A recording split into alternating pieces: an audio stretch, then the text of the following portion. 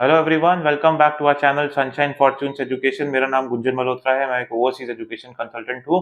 आज एक बहुत इंपॉर्टेंट न्यूज़ के बारे में बात करेंगे जो कि immigration, refugees and citizenship Canada की तरफ से आ रही है, जो कि आईआरसीसी की तरफ से आ रही है। जो न्यूज़ आ रही है वो इंटरनेशनल स्टूडेंट्स के डिसीजन को कनाडा में पढ़ाई करने के लिए इम्पैक्ट कर सकती है। आपको मैं ये बताना चाहूंगा कि कैनेडियन गैजेट जो है उन्होंने अनाउंस किया है कुछ अमेंडमेंट्स आईआरसीसी की तरफ से, जो कि इंटरनेशनल स्टूडेंट कम्युनिटी का बहुत ज्यादा ध्यान अपनी तरफ आकर्षित कर रहा है। इन चेंजेस में से जो की प्रपोजल है वो है कि अगर कोई स्टूडेंट कनाडा में ऑलरेडी पढ़ रहा है और वो स्टूडेंट अगर अपना डेजिग्नेटेड लर्निंग इंस्टीट्यूशन, जिसको डीएलआई भी कहते हैं, उसको चेंज करना चाहता है, तो उसको उस न्यू डीएलआई में पढ़ने के लिए नए वर्क परमिट की एप्लीकेशन करनी पड़ेगी।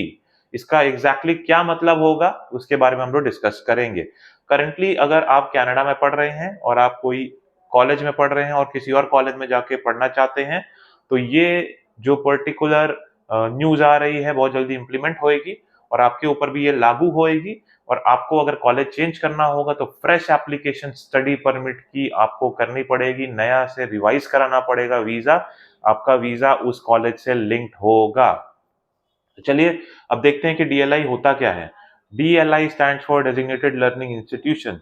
ये स्कूल्स होते हैं कनाडा में जो कि अप्रूव होते हैं कैनेडियन गवर्नमेंट्स के थ्रू, जो कि इंटरनेशनल स्टूडेंट्स को होस्ट कर सकते हैं, वहां पर इंटरनेशनल स्टूडेंट पढ़ सकते हैं। इन स्कूल्स को स्ट्रिक्ट रेगुलेशंस आईआरसीसी की जो है उनको फॉलो करना पड़ता है। और अभी डीएलआई जो है वो प्रोविंशियल जुरिस्डिक्शन में फॉल करते हैं, तो इसलिए आईआरसीसी का कंट्रोल उन पर उतना नहीं आ पाता। तो इस चीज को चेंज करने के लिए जो आईआरसीसी है वो इंटरवेन कर रहा है और ये सारे जो डीएलआईज हैं उनको खुद कंट्रोल करेगा। और इसका ये बेनिफिट हो सकता है कि इंटरनेशनल स्टूडेंट्स को आईआरसीसी ट्रैक कर पाएगा। और अब हम लोग डिटेल में बात करेंगे इस चेंज के बारे में कि ये जो चेंज होगा इसका क्या मतलब है और इससे क्या हम लोग को तात्पर्य मिलता है। तो पहला कि जो स्टूडेंट्स अपने डीएलआई को स्विच करना चाहते हैं उनको नया स्टडी परमिट एप्लीकेशन करना पड़ेगा। नए प्रोग्राम को नए कॉलेज में स्टार्ट करने से पहले उनको नया वीजा लेना पड़ेगा। और दूसरा तात्पर्य जो ये निकल रहा है, ये निकल रहा है कि जब तक स्टूडेंट्स का वीजा का आउटकम नहीं आता है तो वो जो नए कॉलेज है उसको ज्वाइन करके स्टार्ट तो कर सकते हैं, लेकिन उनको फाइनली वीजा का वेट करना पड़ेगा। ये जो चेंजेस किए जा रहे हैं इनका एक ही मकसद है, इनका ये मकसद है कि सारे प्रोसेस को स्ट्रीमलाइन किया जा सके और रेगुलेटेड किया जा सके, ताकि आईआरसीसी अपनी नजर इंटरनेशनल स्टूडेंट्स के ऊपर बना सके कि कौन सा स्टूडेंट जिनको वीजा दिया गया था वो कहाँ पढ़ रहा है। अब आप अपने हिसाब से कॉलेजेस चेंज नहीं कर सकते। इसका क्या इम्पैक्ट पड़ेगा इंटरनेशनल स्टूडेंट्स के ऊपर, इसके बारे में हम लोग बात करेंगे। देखिए, फाइनेंशियल कॉस्ट जो है 150 कैनेडियन डॉलर पर न्यू एप्लीकेशन जो है वो लगेगी आपके ऊपर, और 30 से 45 मिनट्स आपको लगता है एप्लीकेशन प्रिपेयर करने में। Over the period of 10 years जो कैनेडियन गवर्नमेंट है वो 55.5 मिलियन कैनेडियन डॉलर्स का रेवेन्यू इससे जनरेट करेगा। और इससे जो लीड टाइम है, प्रोसेसिंग टाइम है, वो भी कम हो जाएगा।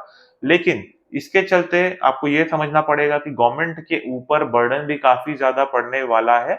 और स्टूडेंट्स को इसीलिए शुरू में ही अपना डिसीजन लेना चाहिए, रिसर्च करना चाहिए कि वो किस कॉलेज में जाके पढ़ना चाहते हैं। अब इसका इम्पैक्ट डीएलआई पे कैसे पड़ेगा हम लोग वो देखते हैं। देखिए, डीएलआई पे भी इसका इम्पैक्ट आएगा। कंप्लायंस होगा बहुत ज्यादा स्ट्रिक्ट, उनको कंप्लायंस फॉलो अप करना पड़ेगा। एडमिनिस्ट्रेटिव कॉस्ट बढ़ जाएगी। लेटर ऑफ एक्सेप्टेंस जो है उसकी वेरिफिकेशन प्रॉपर करनी पड़ेगी। डीएलआईज को स्टूडेंट्स के ऊपर भी नजर बना के रखनी पड़ेगी कि जो स्टूडेंट आया था वो कहाँ गया और कहाँ जा रहा है। सारा फीडबैक उनको आईआरसीसी को देना पड़ेगा। डीएलआईज के ऊपर भी अराउंड 4.5 मिलियन का जो कैनेडियन डॉलर का खर्चा है वो over the period of next 10 years आएगा, जो कि एक बहुत बड़ा इम्पैक्ट उनके ऊपर पड़ेगा। तो देखिए, क्या ये चेंजेस अडॉप्ट होंगे बहुत जल्दी पता चलेगा। Within next week we should have a clear picture. 29th of July जो है इस साल की, उसके बाद जो आउटकम है वो आने वाला है इस पर्टिकुलर जो प्रपोजल का आईआरसीसी का, कि इसको एक्सेप्ट किया जाएगा कि नहीं किया जाएगा। वो लोग प्रोविंसेस और टेरिटोरियल मिनिस्ट्रीज से फीडबैक इकट्ठा कर रहे हैं और आगे क्या होगा क्या नहीं होगा उससे रिलेटेड हमारे पास जैसे ही कोई न्यूज आएगी वो हम लोग आपके साथ शेयर करेंगे। तो आज के लिए मैं आपको यही बोलूंगा कि अगर आप कनाडा जाके पढ़ने वाले हैं या पढ़ने का प्लान कर रहे हैं तो पहले डिसाइड कर लीजिए कि किस पर्टिकुलर इंस्टीट्यूशन या यूनिवर्सिटी में जाना है। वहां जाकर अपना प्रोग्राम चेंज करने के बारे में मत सोचिएगा। अननेसेसरी परेशान होंगे किसी रीजन से, अगर वीजा लगा आप पहुंच गए उसके बाद वीजा रिफ्यूज हो गया तो you might have to come back to India, आपका केस अननेसेसरली कॉम्प्लिकेटेड हो जाएगा। तो अब हम लोग को ये देखना है कि आईआरसीसी का जो फाइनल डिसीजन आता है, सारी मीटिंग्स होती हैं, तो वो क्या आता है 29 जुलाई के बाद, और उसके हिसाब से हम लोग आपके साथ जो डिटेल्स है वो शेयर करेंगे। मैं उम्मीद करता हूँ आपको ये वीडियो पसंद आया होगा। अगर आप भी कनाडा में जाके पढ़ना चाहते हैं तो हम लोगों को कांटेक्ट कीजिए, हमारी जो टीम है आपको गाइड करेगी, हेल्प करेगी। चैनल को लाइक कीजिए, सब्सक्राइब कीजिए, वीडियो को लाइक कीजिए, शेयर कीजिए, नीचे दिए कमेंट सेक्शन में अपनी क्वेरीज पोस्ट कीजिए। May God bless you, I wish you a very happy learning.